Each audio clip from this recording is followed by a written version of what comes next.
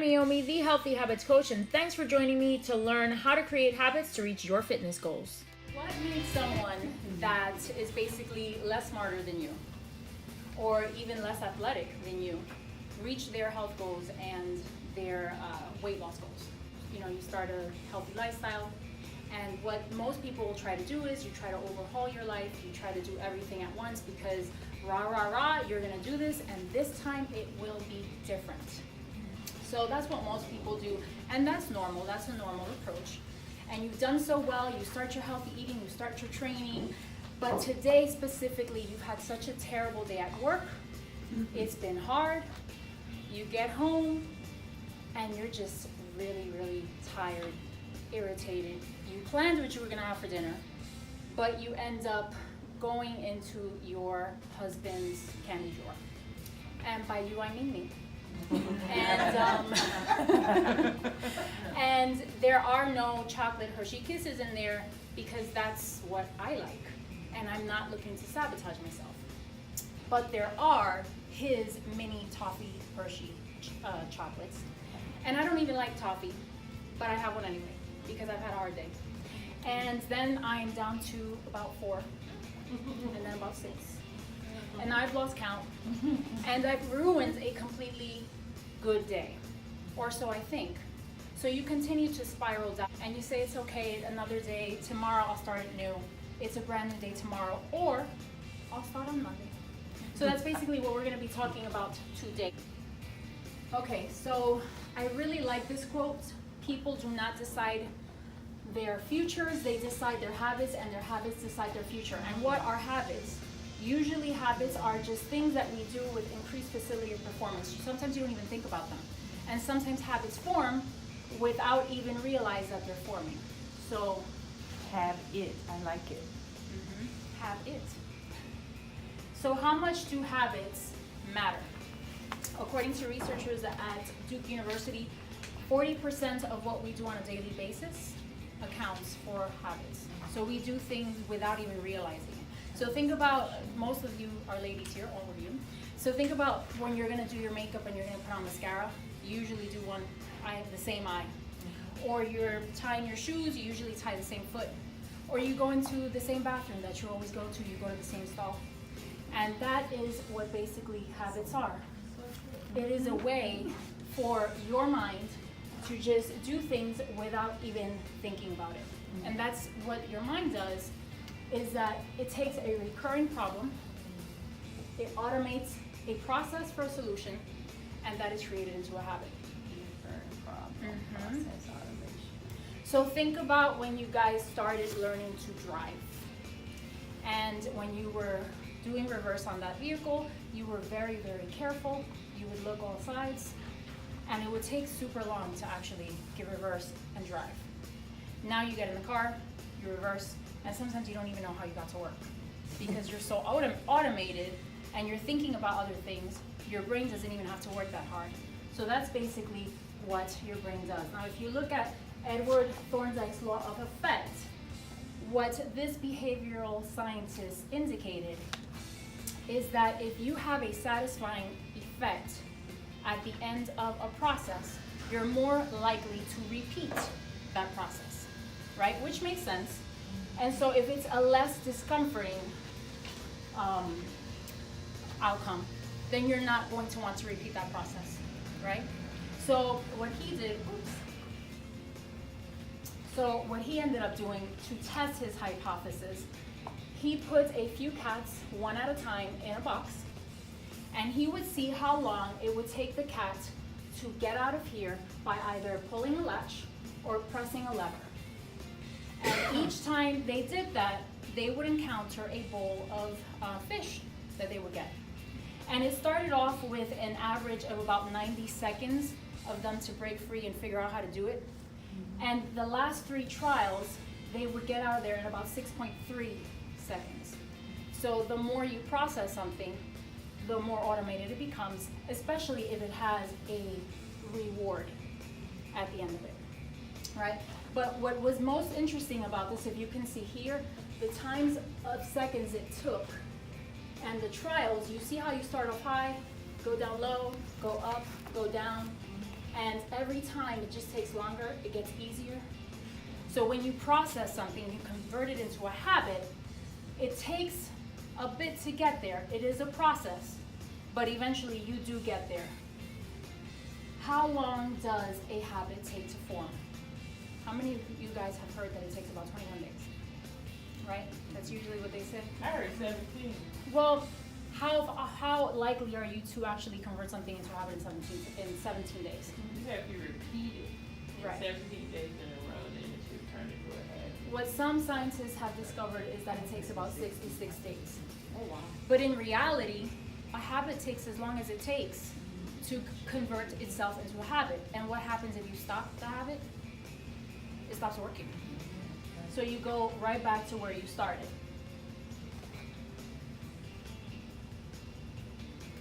How do you create a good habit? Well, first you want to choose one thing, because again, yes? I'm sorry? Oh, got it. So how do you create a habit? You want to choose your one thing. Choose one thing instead of overhauling your life.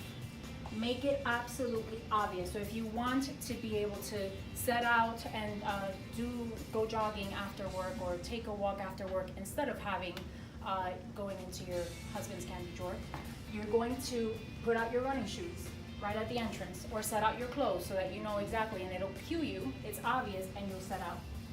You'll say when you'll do your new behavior.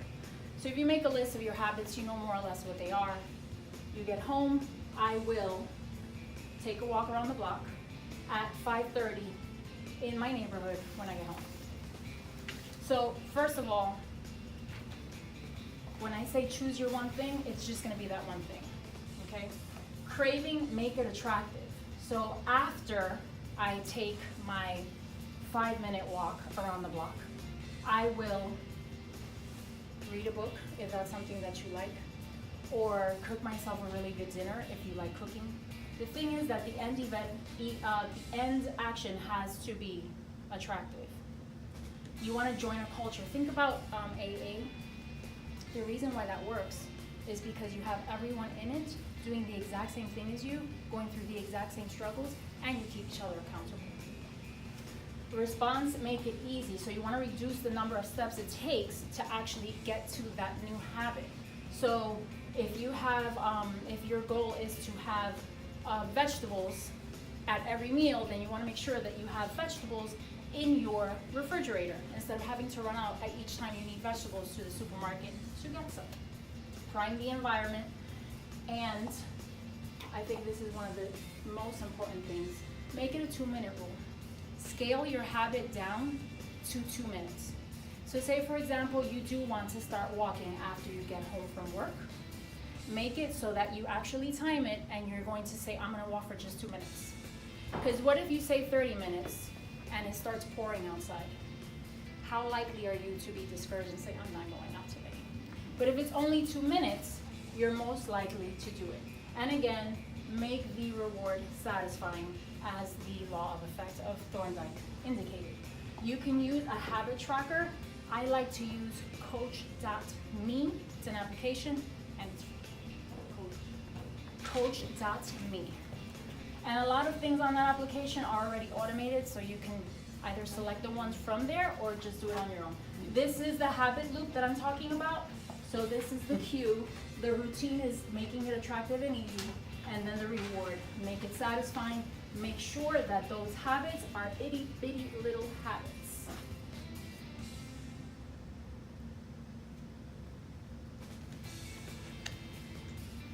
So if you concentrate on being only 1% better, so you're doing only 2 minutes, and you're being 1% better, by the end of the year, you will be an average of 37.78% better.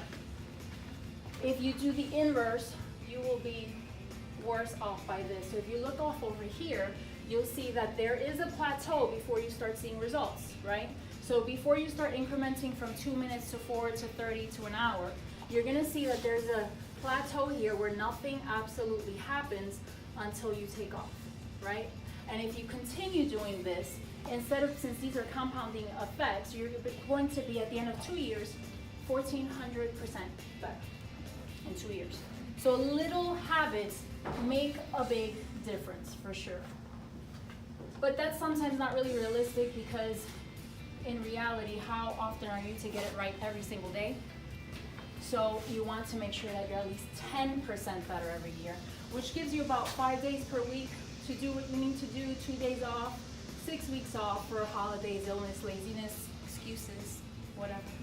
And this is much more. These are the total amount of days that you'll have off to build that habit.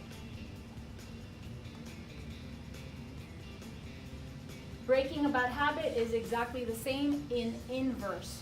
So instead of making that cue obvious, you'll make it invisible, you'll make the craving unattractive, you'll make it difficult, and the results should be unsatisfying.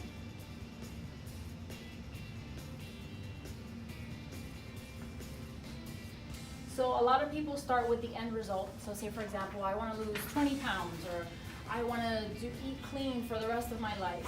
And that's fine and dandy, but the truth of the matter is that everyone else may have the same goal. So instead of having a goal, you want to do kind of like strategic planning, how you start from end to beginning.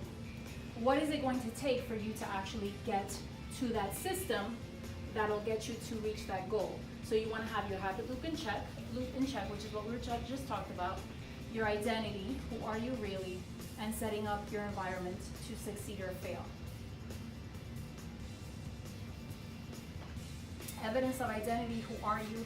Who is the type of person that can lose 20, 30, 40 pounds? And you want to prove to yourself with small wins. Again, the 2-minute rule. So if you take into consideration that you say, well, I've done this before and I failed at it before, that you're already creating an identity of what you've done before. But if you start casting votes for that new identity, it makes a big difference. So think about, we work in government, think about the general election. You don't need all of the votes to win. You just need the majority. So if you just think about the majority of the votes that I'm casting for this new identity, that is what I need to do.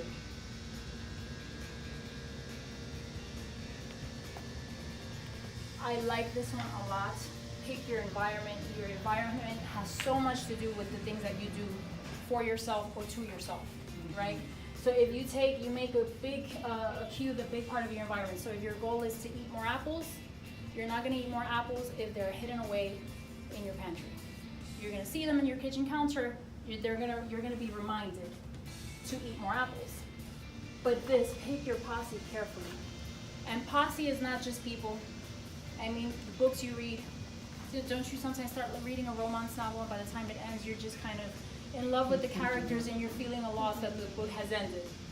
So the things you read, magazines, things you see, and the people you hang out with or not. Because according to New England Journal of Medicine, they had a study that ran for 32 years that indicated that if you have an obese friend, even if you live within 500 miles of you, you are 57% more likely to be obese like them. So even if they are not physically with you, they impact us. Think about when you have friends that'll be eating something and they'll snap a picture and send it to you. So all of that really does affect us. Because people like to eat. And they be like, come on, girl, let's Absolutely. go eat. So again, in summary, have the habit loop in check. Have the habit loop in check. Make sure that you are taking care of your obvious choice, making it attractive for yourself, implementing the behavior, habit stacking. So after you did this, you do that you get 1% or 10% better the year. Make sure that you choose systems versus goals. So start off with the system that's going to get you to the goal instead of inverse. Make sure that you establish the type of person that gets those results instead of the person that only reaches those results in 6 weeks, 3 months, and then just reverts back to what they were doing before.